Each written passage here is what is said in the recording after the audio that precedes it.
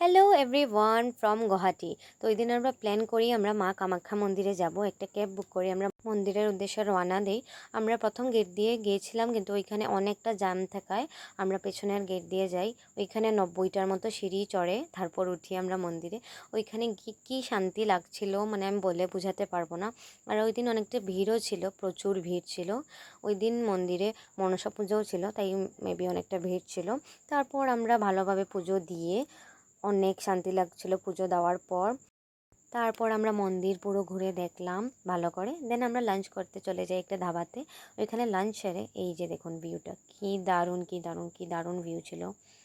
দেন আমরা বালাজি চলে যাই। ওইখানে গিয়ে অনেক ভালো লাগছিল, কি শান্তির জায়গা ছিল। ভেতরে মানে ফটো ওটা নিষেধ ছিল, তাই ওইগুলো আর দেখাতে পারিনি। বাইরের দৃশ্যগুলো দেখবেন কি ভালো ভালো।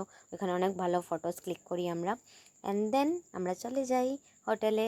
কেন, অনেকটা টায়ার্ড হয়ে গেছিলাম, আমরা সারা দিন বাইরে ছিলাম, অনেকটা টায়ার্ড হয়ে গেছিলাম। তো দেখা হচ্ছে নেক্সট কোনো মিনি ব্লগে। Thank you.